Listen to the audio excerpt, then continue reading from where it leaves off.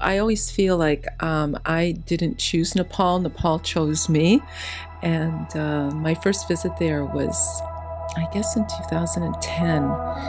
And I was part of a trip that met in Nepal, continued to Tibet. And I remember my first sight of Nepal coming out of the airport and looking at cacophony of people, cars, rickshaws, motorcycles, electrical wires, color, sound, noise, but just so much beauty and happiness and big smiles on everybody's face. And I thought, wow, I've never seen anything like this. This is amazing.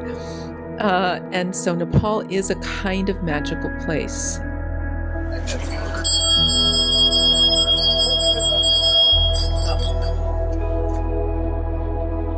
I'm Janet Galipo, and I'm a part of this trip along with Holly Stefflig and Lama Glenn Mullin, and then of course Dr. Shay Robb and his wife Pema, who sponsored us in Kathmandu, as well as all of the other practitioners who were on the trip. There were a total of 15 of us traveling, in addition to Lama Glenn. Out of the 15, we had 12 medical practitioners. So these are people who had some kind of a healthcare skill.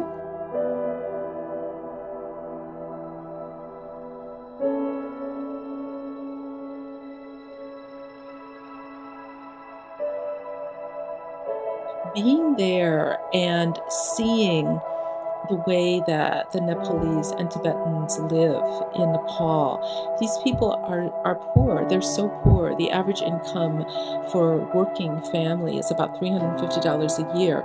So they don't have anything. Everybody, lives in one room, eats in one room, sleeps in one room, but they're happy. They're happy people, and there was a joyousness to the people, and everybody would greet us wherever we went with big smiles on their face. Namaste, namaste, which is the Nepalese Indian greeting, or in the case of the Tibetan community, tashi dele, and with big smiles. And everybody would look at you, would meet your eyes, would give a bow, would give a smile. And I think for those of us who live in the West, who have so much but are not necessarily happy, are still searching for something else, it was really an eye-opening experience for most of those people. And I've seen a few of them since we've been back from the trip, and the people on the trip have said, my life has changed. So we want to try to separate it out, so we have some of each remedy for each of the 6 clinics. And obviously when we go to Parking, to the monastery. And I said, well, I think there are going to be a lot of patients, but we really don't know until we get there. And so the first morning, we walked from our hotel to the location of the first clinic, which was held at one of the sort of Tibetan refugee centers in a part of Kathmandu called Buddhist Stupa. And it was about a 15-minute walk. And so, we're walking, and, when you walk in Kathmandu, you have to keep your eyes on your feet, because there's just like, huge holes in the road and, bricks, and there's motorcycles zooming by like on either side of you, and it's sort of challenging. And, so we're, going around the curves, and at the same time, it's a lovely walk because people are burning incense and lighting candles and saying prayers, and it's really a wonderful atmosphere, really. And so anyway, we finally arrived at the center after about 15 or 20 minutes, and everybody's eyes were glued to their feet, just trying not to trip. And then all of a sudden we looked up and we saw 300 people waiting outside of the center, and everybody was in a complete state of shock. I mean, I think everybody's mouths dropped open. I was so happy. I had the biggest smile on my face because I thought, great. I thought, this is so awesome. So whatever needed to happen to get the word out happened, and these folks are here, and we're going to give all of them a treatment of their lives, and this is so fantastic. Okay, good morning. So we're at a Tibetan Hall Community Center for Tibetan refugees in Buddhist Kathmandu, and we're here for our first day of the clinic.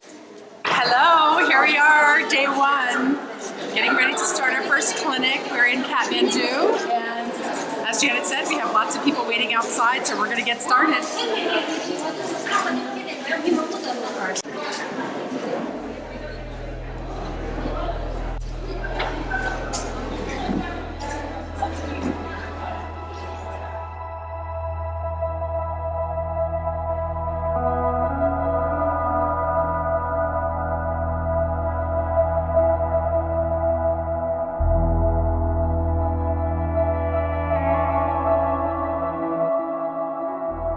Lots of people coming, and it's wonderful to see when they leave and they get up, they have much brighter spirits. And but some of the cases very complex and need lots of extra help and support. So it's wonderful that we have Dr. Shara here to help us, so we can give direction and bring ideas for them to help support people in the long term after we leave. So it makes it sustainable.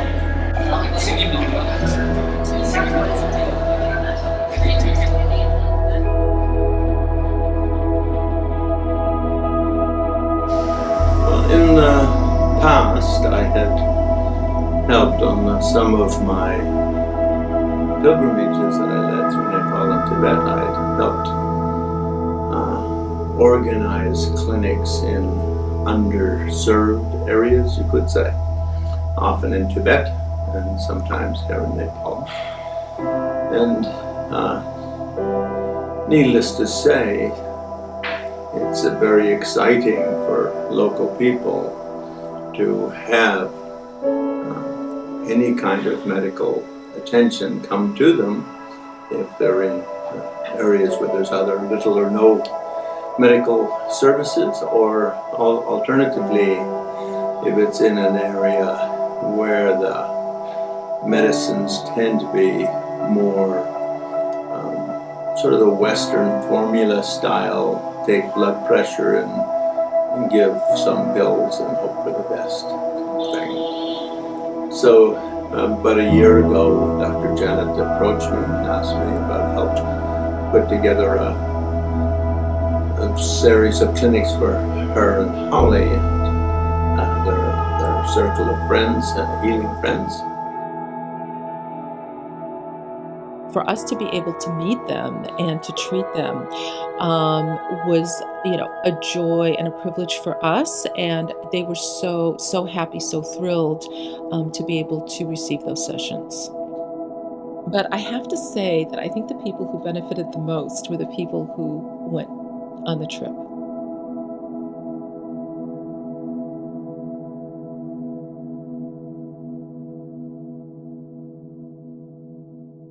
Happiness is not something ready-made. It comes from our own actions.